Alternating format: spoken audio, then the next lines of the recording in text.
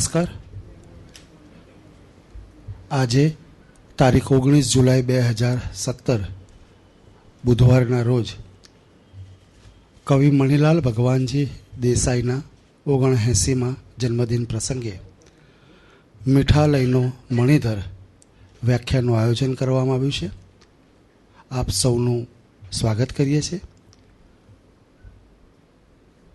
મણિલાલ દેસાઈની અલગ અલગ કવિતાઓનો પાઠ કવિશ્રી માધવ રામાનુજ કરશે અને મણિલાલ દેસાઈની કાવ્ય સૃષ્ટિ, જે એમનો કાવ્ય સંગ્રહ છે રાનેરી, એમાંની અલગ અલગ કવિતાઓ અને એમને જે કાવ્ય સર્જન કર્યું છે એ કાવ્ય સૃષ્ટિ વિશે સાહિત્યકાર શ્રી મણિલાલ હ પટેલ વક્તવ્ય આપશે. અને મણિલાલ દેસાઈનું ખૂબ જ જાણીતું ગાન ઉંમરે ઊભી સાંભળું રે બોલ વાલમના, એનું ગાન આરાધના શોધન કરશે. નમ્રતાબેન આ ગાન કરવાના હતા, એની સાથે એક બીજું પણ ગાન કરવાના હતા, પણ તેઓ હોસ્પિટલાઇઝ છે. એમની વચ્ચે પણ એમની દીકરી અહીંયા ઉપસ્થિત છે અને એ ગાન કરશે, એ માટે એમનું સ્વાગત છે.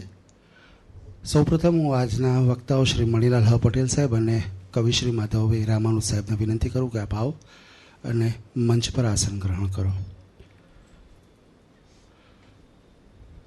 વક્તાઓનું આપણે પુસ્તકથી સ્વાગત કરીશું. આપ સૌ જાણો છો તેમ મણિલાલ હ પટેલ સાહેબ આપણે વલ્લભ વિદ્યાનગરથી આવે છે. આપણી ભાષાના સાહિત્યના તમામ સ્વરૂપોમાં એમણે કામ કરેલું છે. અનેક પુરસ્કાર અને પારિતોષિકથી એ સન્માનિત થયા છે. કવિશ્રી માધવ રામાનુજ અમદાવાદના છે, ખૂબ જાણીતા આપણી ભાષાના કવિ છે. તેમજ વિચરતી સમુદાયના જે સમાજના લોકો છે એમના માટે ખૂબ નિષ્ઠાથી ઘણા વર્ષોથી તેઓ કામ કરી રહ્યા છે. એ સિવાય એમણે ઘણા પુસ્તકો પણ એમના પ્રકાશિત થયા છે. તો આજે ખાસ ઉત્સાહ અને ઉમંગ એ વાતનો છે કે આજે મણિલાલ ભગવાનજી દેસાઈના પરિવારના ઘણા બધા અહીંયા ઉપસ્થિત છે. તો સૌ પ્રથમ હું મણિલાલ દેસાઈના જે ભાઈ છે રણજીતરામભાઈ, હું એમને વિનંતી કરું કે આપ આવો અને મણિલાલ હ પટેલનું પુસ્તકથી સ્વાગત કરો. Please sir. રાજુ.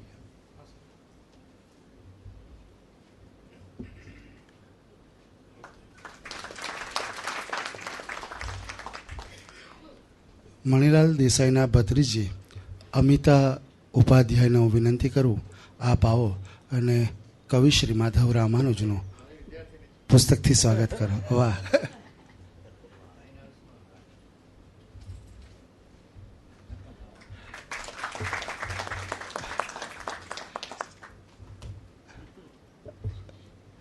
મણિલાલ દેસાઈના ભાઈ રણજીતરામભાઈ છે અને એમના પત્નીશ્રી પણ સાથે છે. હું એમને વિનંતી કરું કે જે નાની ગાયિકા જે આરાધના એમની બાજુમાં જ બેઠી છે એમનું પુસ્તકથી સ્વાગત કરે.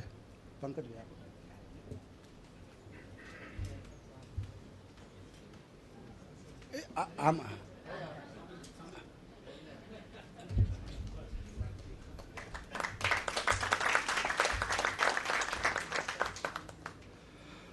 ખૂબ ખૂબ આભાર મણિલાલ દેસાઈના પરિવારજનો. આ કાર્યક્રમ ગુજરાત સાહિત્ય અકાદમીની આર્થિક સહાયથી આપણે કરી શક્યા છે. એનો ખૂબ આનંદ છે, એનો ઉત્સાહ છે. અવારનવાર ઓમ કોમ્યુનિકેશનને ગુજરાત સાહિત્ય અકાદમીનો સાથ મળ્યો છે, એનો ખૂબ આનંદ છે. આજે આપણી વચ્ચે ગુજરાત સાહિત્ય અકાદમી ગાંધીનગરના અધ્યક્ષ પદ્મશ્રી વિષ્ણુભાઈ પંડ્યા ઉપસ્થિત છે. તો કાર્યક્રમનો આરંભ આપણે પ્રાસંગિક વાતથી શરૂ કરીશું. હું પંડ્યા સાહેબને વિનંતી કરું આપ આવો અને પ્રાસંગિક વાત કરો. પંડ્યા સાહેબ. ઓમ કમ્યુનિકેશનના સર્વે સર્વા મનીષભાઈ, કવિવર માધવ રામાનુજ, કવિ અને વિવેચક મણિલાલભાઈ અને આટલી મોટી સંખ્યામાં ઉપસ્થિત કવિતા પ્રેમીઓ, સાહિત્ય અકાદમીના અધ્યક્ષ તરીકે જ મારે થોડી બે ચાર વાતો કરવી એવો આગ્રહ હતો. બાકી હું કંઈ કવિ તો છું નહીં, અકવિ છું. કદાચ થોડીક કવિતાઓ લખી હશે, પણ એને હું કવિતા, આ બધા તો કવિ શિરમોહર છે કવિઓના. કવિતા વિવેચક પણ નથી, અધ્યાપક હતો છતાં હું વિવેચક નથી. નીરવભાઈ, પણ ગુજરાત વિશે એક વાત ચોક્કસ આજે અને ગઈકાલે ને આવતીકાલે એક વાત જરૂર કહેવી પડશે કે ગુજરાત કવિતા પ્રેમી છે. ગુજરાતની પાસે સાહિત્યની સૂઝ છે,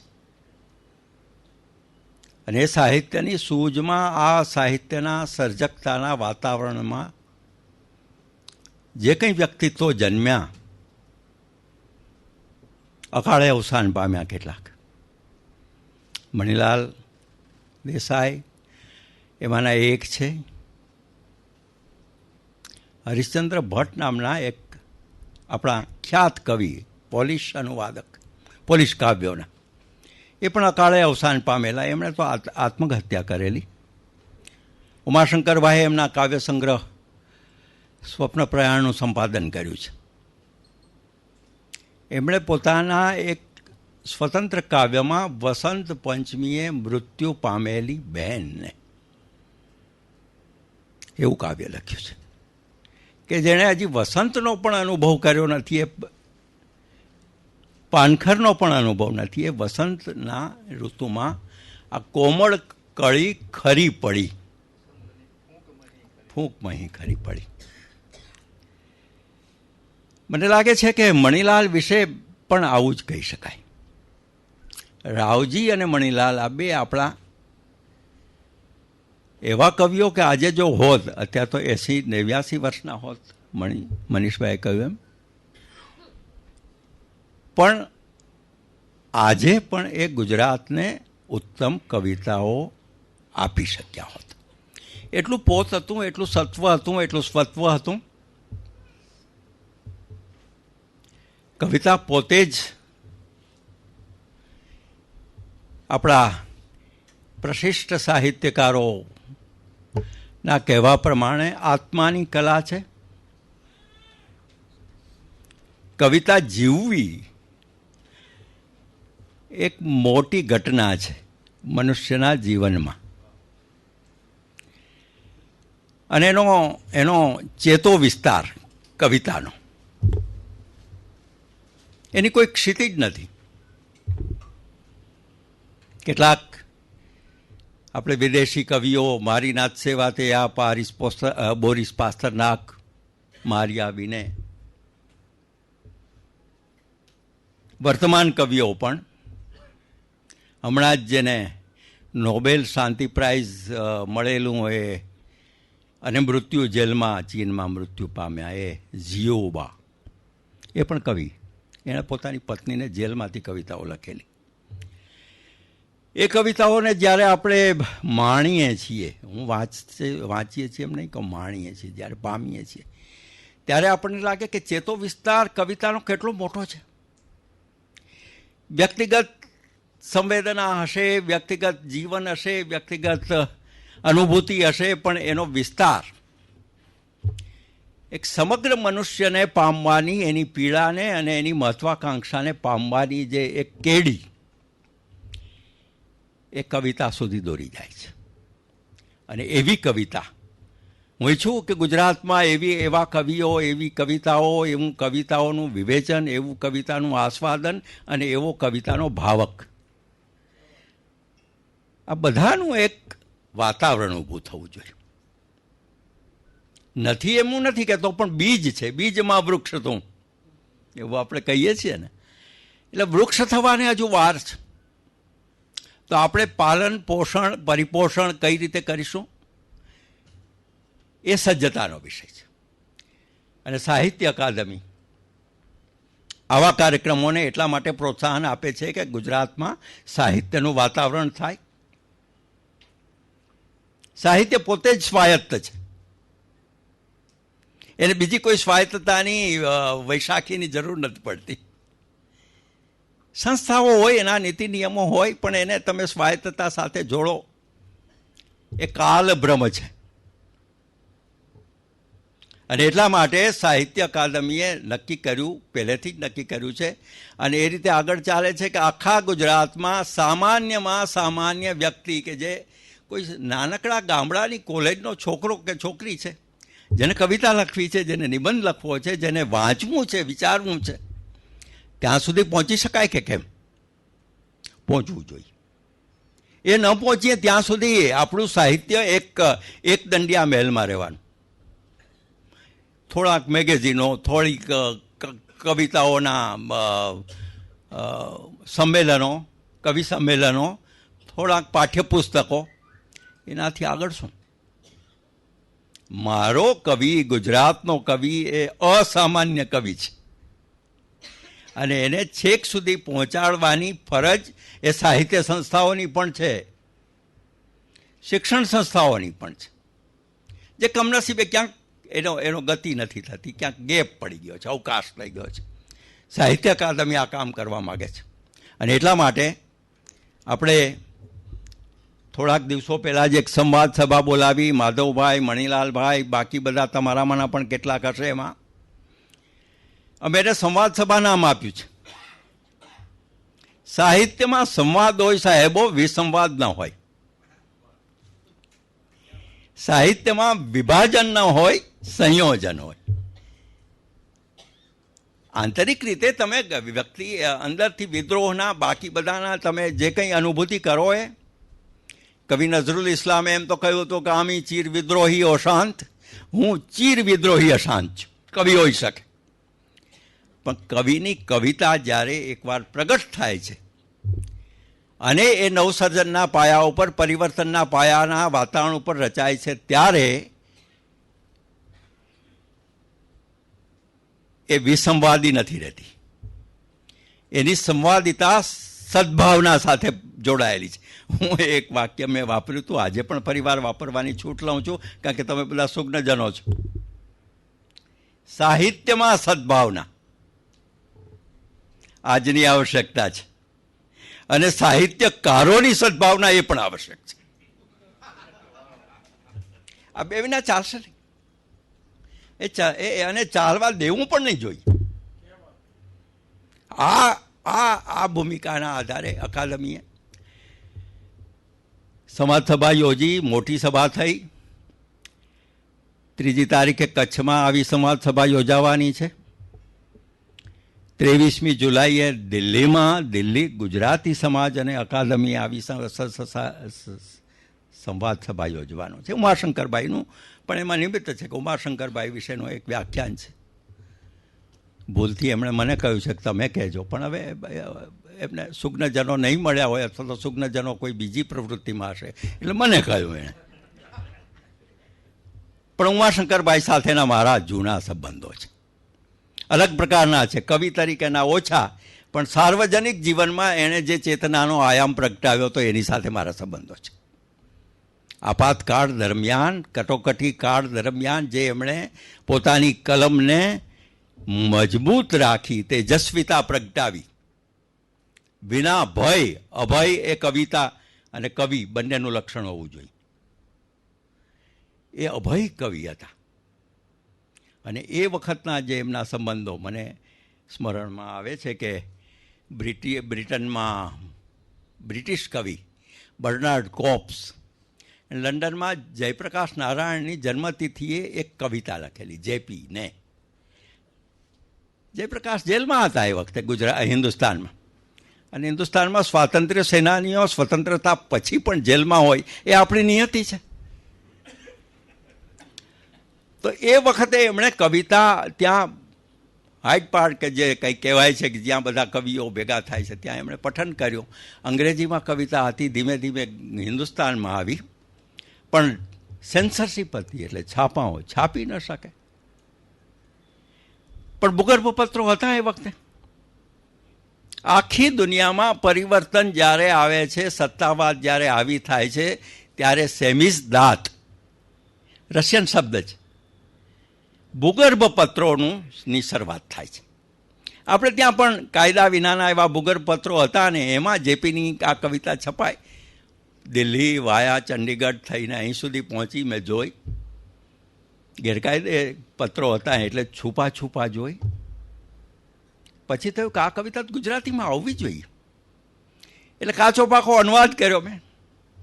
આમ તો મેં 35 જેટલા દેશોના પરિવર્તનશીલ કવિઓ, એની કવિઓ, નાના દેશો છે, બહુ મોટા નહીં, અમેરિકા, ઇંગ્લેન્ડ, આ તે નહીં, પણ નાના દેશોના નાના લાગતા કવિઓ, પણ પરિવર્તનશીલ કવિઓ.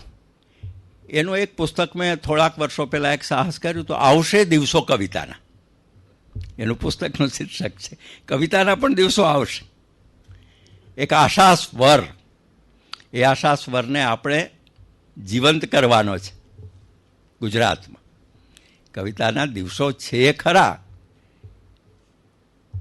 પણ દિવસો આવશે એ એનો વધારે મોટો સંકલ્પ હોવો જોઈએ.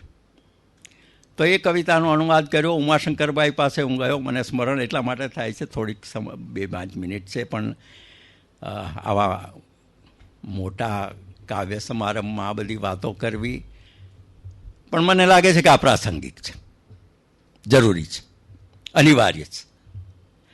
તો ઉમાશંકરભાઈએ જોઈ મારી પાસે હસ્તાક્ષરોમાં મારી લીલાઈ સાહિતી, એણે થોડા સુધારા કર્યા અને પછી મને કહ્યું કે આ તો છાપવા જેવું છે. એટલે મેં એમને કહ્યું કે આપ સંસ્કૃતિમાં છાપો. ગમે તે કારણોસર સંસ્કૃતિમાં ન છપાણીએ, પણ બીજે છપાણી, ભૂમિપુત્રમાં છપાણી, સાધનામાં છપાણી, એ વખતના નિરીક્ષકમાં છપાણી. હું એ વખતના અંડરલાઈન કરું છું. તો અને પછી એ કવિતા, તમને નવાઈ લાગશે કે એ કવિતા ઉપર 1976ની 13મી માર્ચે મારા ઉપર DIRનો જે કેસ થયો એમાં ડિફેન્સ ઓફ ઇન્ડિયા એક્ટની 7 કલમ લગાડવામાં આવી હતી એક કવિતા ઉપર, સાહેબ. અને 7 જો સાચી સાબિત થાય તો હું આજે પણ જેલમાં હોત. તમે કહેશો કે સારું થાત,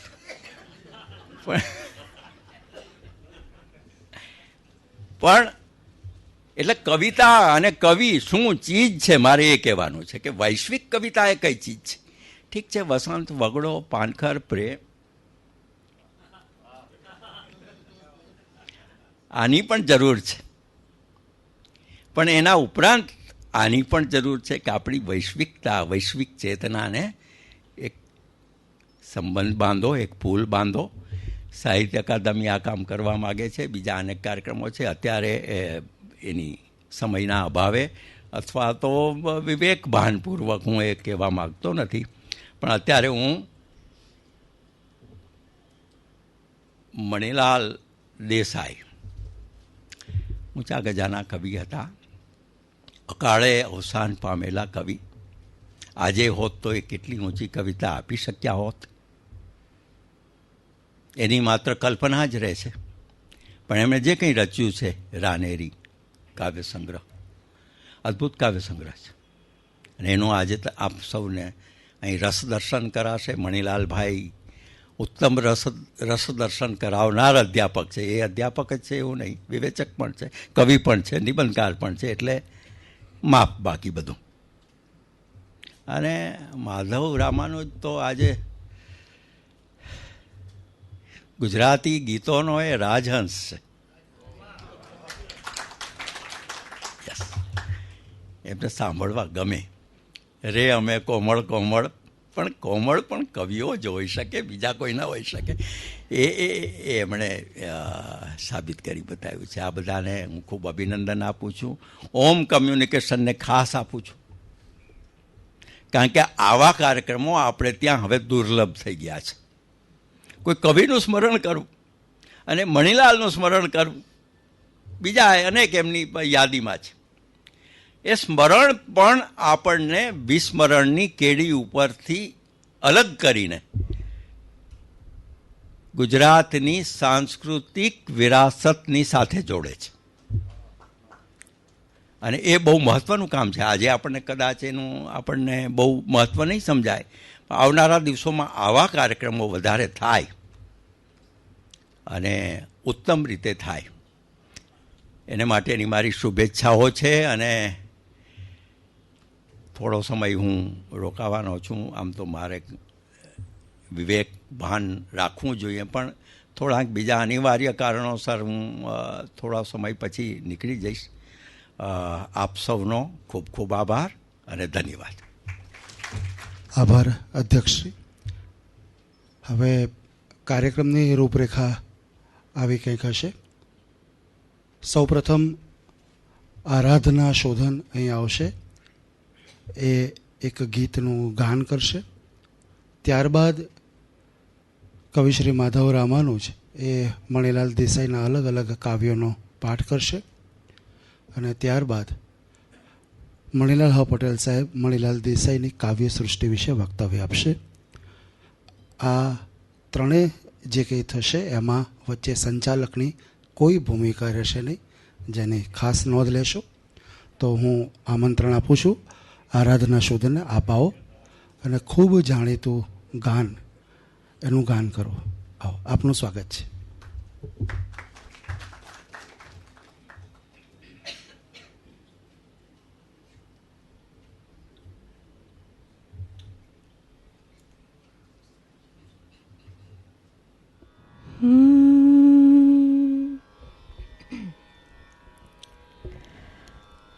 ઉંબરે ઊભી સાંભળું રે બોલ ભાલમના, ઉંબરે ઊભી સાંભળું રે બોલ ભાલમના, ઘરમાં સૂતી સાંભળું રે બોલ ભાલમના, બોલ ભાલમના.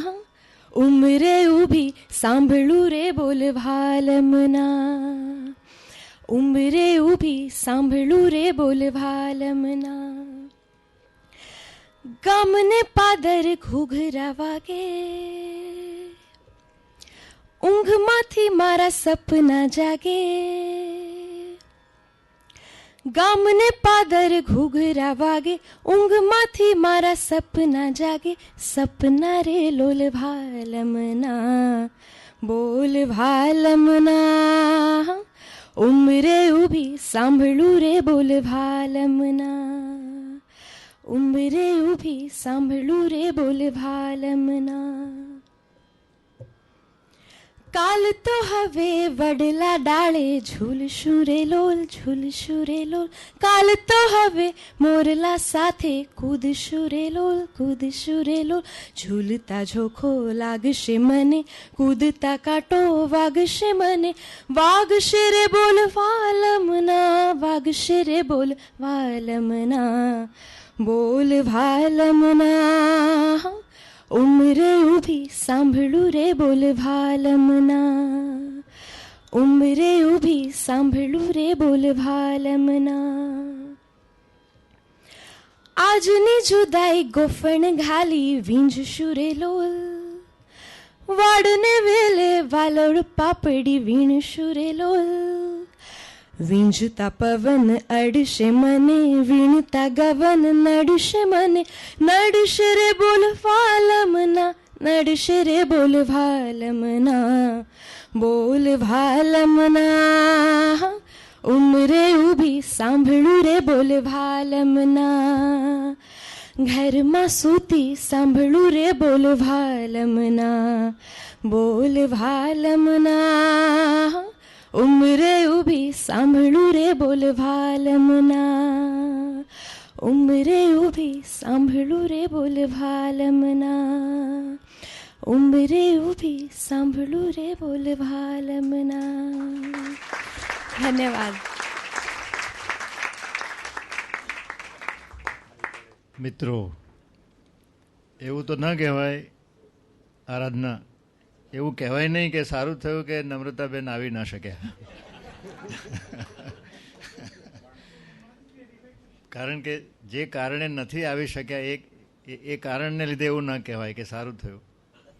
પણ આરાધનાને સાંભળીને બહુ જ આનંદ થયો, અત્યંત આનંદ થયો, ખરેખર બહુ સરસ. આ ગીતનું મહત્ત્વ એ છે કે મણિલાલ પોતે ગાતા હતા આ ગીત, ગાઈને રજૂ કરતા હતા જ્યાં જ્યાં પણ રજૂઆત કરવાની આવે ત્યાં. અને એમની રચના સંભળાવું તે પહેલાં એમના સમકાલીન જે બે કવિ મિત્રોએ એમના અવસાન પછી લખેલી બે કવિતાઓ હું સંભળાવીશ. એક રાવજીની છે, એક આદિલની છે.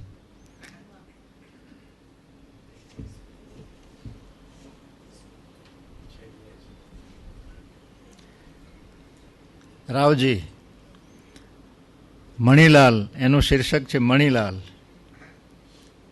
તું કવિતા થઈને લઈ લો હું દિલ ખોલ, ડાંગરના ખેતરમાં તડકો થઈને તું પ્રગટેલો, અષાઢના પહેલા વાદળનો રેલો, પીળા બાવળના ફૂલ થઈને મારું શૈશવ ગાતો, અંધારામાં ઉકલી પડતો. વિજયભાઈ, અંધારામાં ઉકલી પડતો, અંધારામાં દેખાઈ જાય એવો, અંધારામાં ઉકલી પડતો, કોયલનું ટોળું થઈ મારી આંખે ઢળતો, અડતા અડતામાં તું તડાક દઈને ઉઘડી પડતો. તું મારી માટીનો જાયો, માટીના સ્તનમાં ક્યાં સંતાયો, મીઠા લયના સર્પ મણિધર, ડસવાનું તું છોડ. હું ક્યાં છું દુર્ભાગી માતા, કે ફરી ફરી મારા મનમાં જન્મી જન્મી શ્વાસ છોડતો. હું ક્યાં છું દુર્ભાગી માતા. રાવજી. આદિલે ઉર્દુમાં એટલે કે હિન્દીમાં લખ્યું છે મણિલાલને. અદ્ભુત રચના છે આદિલની આ. કોઈ પણના અવસાન પછી જે રચના થાય એને આપણે બહુ વખાણીએ તો આમ તો વિચિત્ર લાગે, પણ તમે જુઓ કે એક કવિને બીજા કવિ માટે કેટલું બધું હશે એના મનમાં કે આવી રચના જન્મે. કાલે શબ્દોं की उदासी पी के लहराएगा कौन. હવે તું નથી. काले शब्दों की उदासी पी के लहराएगा कौन, वक्त की दीवार से अब सर को टकराएगा कौन. सांस के टूटे हुए साये से शर्माएगा कौन, हसरतों की आंच में पल पल पिघल जाएगा कौन. जिंदगी के गीत का टूटा हुआ वह अंतरा, मौत की आंखों में आंखें डालकर गाएगा कौन. पीरे मैखाना का दामन खींच कर पूछो जरा, तिश्नगी तलखियों के जाम छलकाएगा कौन. અને છેલ્લું તો એટલું અદ્ભુત છે આ છેલ્લો શેર તો. रात के इस आखिरी हिस्से की तन्हाई न पूछ, रात के इस आखिरी हिस्से की तन्हाई न पूछ, ख्वाब तो आ जाएगा पर ख्वाब में आएगा कौन.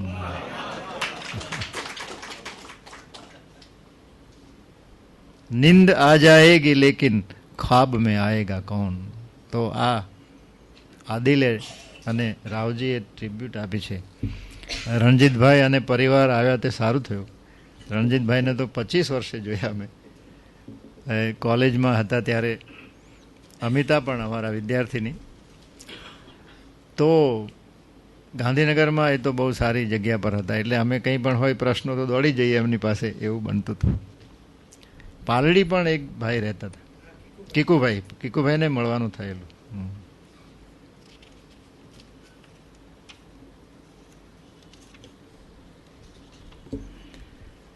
એક ગઝલ એમની સંભળાવું છું. મનીષ. વસ્તીની આસપાસ ઉગી જાય જંગલો. આ મણિલાલે શરૂઆત કરી આ પ્રકારની ગઝલની, પછી તો ઘણું બધું થયું. વસ્તીની આસપાસ ઉગી જાય જંગલો, મારા પ્રવાસમાં એ ભળી જાય જંગલો. તારા એ પ્રેમને હવે કેવી રીતે ભૂલું, કાપું છું એક વૃક્ષ, ઉગી જાય જંગલો.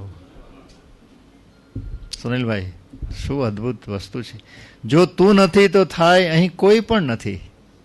એક જ વ્યક્તિની અનુપસ્થિતિમાં જો તું નથી તો થાય અહીં કોઈ પણ નથી. તુજ નામ આસપાસ ઉગી જાય જંગલો.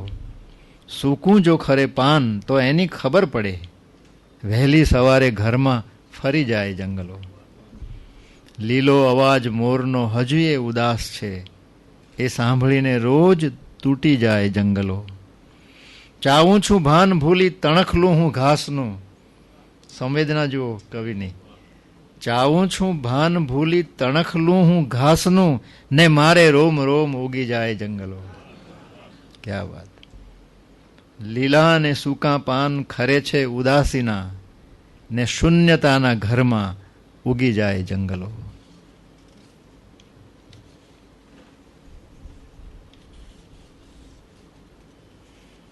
એક આ ગીત પણ કદાચ કુમારમાં પ્રગટ થયું હતું.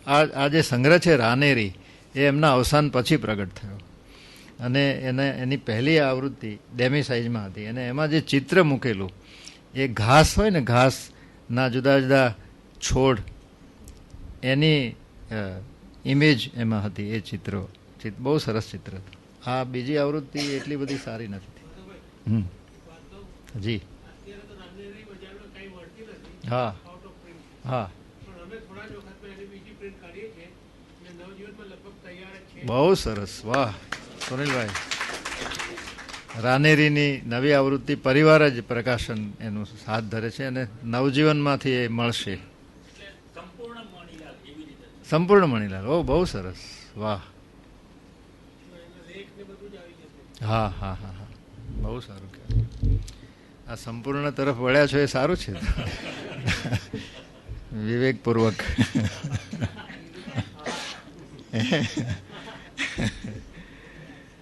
બરાબર છે ને. તેજપાલે હોંકારો ભણ્યા છે એટલે સારું છે. આ કુમારમાં પ્રગટ થયું હતું. આ પ્રકારના ગીતો એ બંગાળી લઈ. આભને નહીં હોય રે આભની માયા. શું? આભને નહીં હોય રે આભની માયા, નહીં તો એ વેરાન કે વને આવળ બાવળ ઝાડ કે જને ડોળ વેરતું નહીં રહે રે એની સોનલ વર્ણની છાયા. આભને નહીં હોય રે આભની માયા. વાદળી જરાક ઝૂકતી જરાક ઝરતી ક્વચિત નાવ લઈને નિજની રહેતી ક્ષિતિજ તીરે ફરતી દિવસ રાત. ક્યારેક ખાલી ખમ ને ક્યારેક ભરતું ચોગર દમ બીડેલા રીસમાં રાધા શ્યામના જેવા હોઠ તો જાણે માંડે ઝાઝી વાત. કેવો લઈને રમાડે છે. અને સરળતા, ગીતમાં સરળતા એટલે બહુ અઘરી વાત છે. ક્યાંક સમાવે પાંખમાં પવન, ક્યાંક પવનને પાંખમાં ભરી આવતું તરી. જુઓ વર્ણાનું પ્રાસ પણ છે. ક્યાંક સમાવે પાંખમાં પવન, ક્યાંક પવનને પાંખમાં ભરી આવતું તરી. દૂરથી મૂકી દૂર રે એની કાયા. આભને નહીં હોય રે આભની માયા. ઉતરે જોઈ જલ ને રહે ઝૂકતું જોઈ થલ. આભ ઉતરે જોઈ જલ ને રહે ઝૂકતું જોઈ થલ. જરામાં લાગતા ઝોકો વેરાઈ જતું માનવી મને મન. નમતે પહોરે તળાવ પાળે કુવા થાળે ઉતરી બેસે ચકલા ટોળું. લાગતું ત્યારે નભને જાણે ભીંજતું એનું તન. કોઈ વેળા વન ઝૂકતા ઝાડવા તૂટતા બાગમાં છૂટતા ફૂલ ફુવાર. એની સાત સમુંદર તરતી રહેતી છાયા. આભને નહીં હોય રે આભની માયા.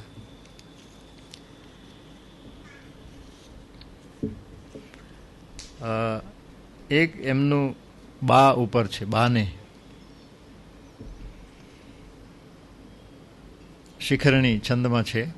ગયા વીતી વર્ષો 10 ઉપર 2-4, તુજથી થયે જુદા. તોય મુજ હૃદયની શૂન્ય કુટીરે વિરાજેલી બા. તું નવ કદીએ હું દૂર ચસવા દઉં, મારે માટે વિકટ પથમાં તું જ સઘળું. હજી તારી કાયા મુજ નયન સામે ઝળહળે. હજી તારો હાલો, હાલા ગાય ને, હાલા હાલરડું માતા. હજી તારો હાલો કરણપટમાહી રણઝણે. અને ગાલે મારે તુજ ચૂમી તણી સ્નેહ વર્ષા નથી ઝાંકી થઈ કંઈ. કંઈ સહજવા ગઈ છ બદલી. ઘણી વેળા રાત્રે ઝબકી જઉં ને ત્યાં જ નયનો ઉઘાડીને ભાગી. ખબર નહીં ક્યાં જાય શમણા. શમણા જતા રહે છે. ઘણી વેળા રાત્રે ઝબકી જઉં ને ત્યાં જ નયનો ઉઘાડીને ભાગી. ખબર નહીં ક્યાં જાય શમણા. અને ત્યારે થાતું આવા ઢબુરીને તું સહજમાં ફરીથી સુવાડે. અરર પણ ના, એ નસીબમાં. વધે છે વર્ષો તો દિન દિન, છતાં કેમ મુજને રહે છે બોલાવી બચપણ તણી હાક તુજની. હે, વધે છે વર્ષો તો દિન દિન, છતાં કેમ મુજને રહે છે બોલાવી બચપણ તણી હાક તુજની. જાણે તું હજુ બોલાવી રહી છે. એકાદ પ્રયોગશીલ એમની રચના પછી હું પૂરું કરું. મણિલાલ વિશે મણિલાલને સાંભળીએ પછી.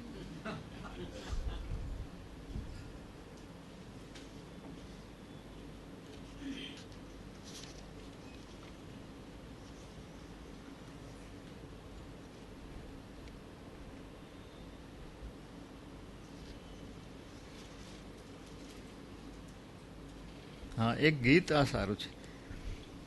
તમે બધાએ સાંભળ્યા હશે કેટલાક ગીતો, એ જે આ જેમ ઉંમરે ઊભી છે એમ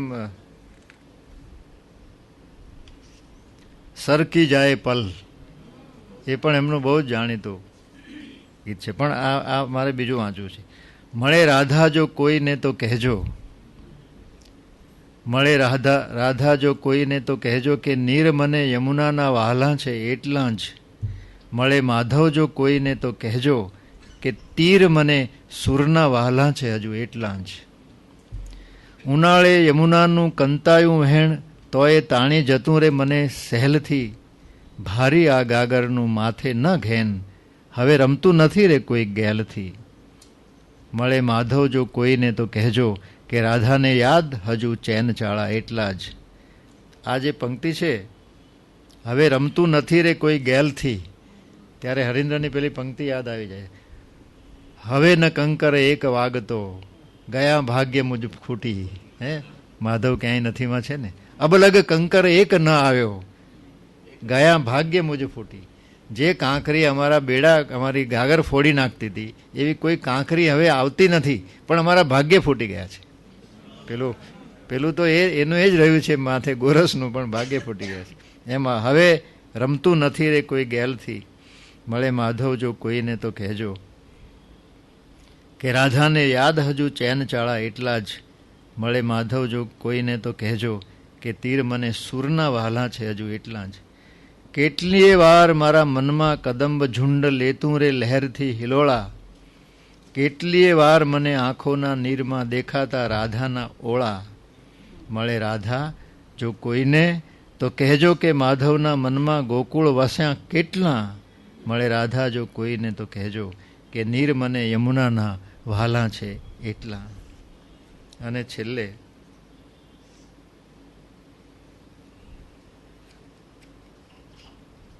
અંધારું ક્યાં ગયું? હા, એ જ મેં આમાં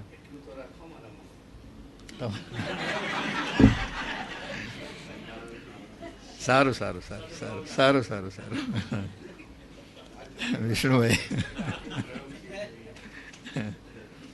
તો એકાદી નાની રચના બોલીને હું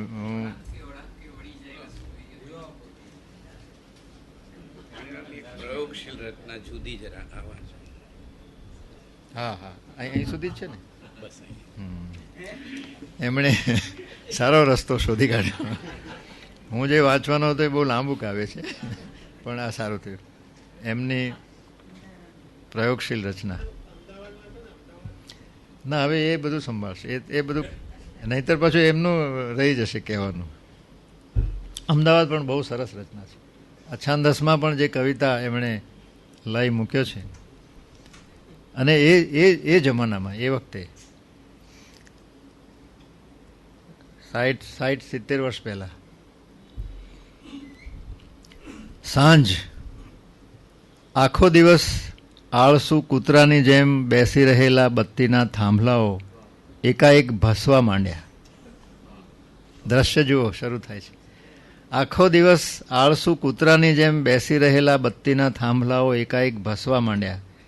અવાવરું ઘરના ખાટલા નીચે ભરાઈ રહેલો અંધકાર ભાંખોડિયા ભરતો ભરતો બહાર નીકળી ગયો. કેવું સરસ!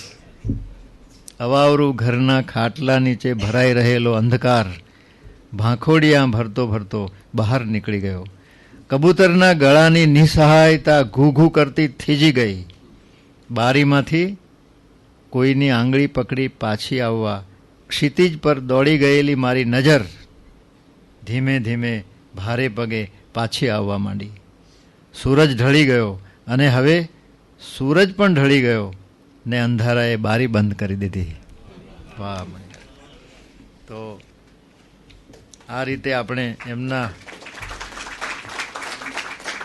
સર્જન દ્વારા એમને વંદન કર્યા અને આપણે ઈચ્છીએ કે આ જે પુનઃપ્રકાશન થવાનું છે એ ગુજરાતના પ્રત્યેક ઘરમાં એની પ્રતો જાય.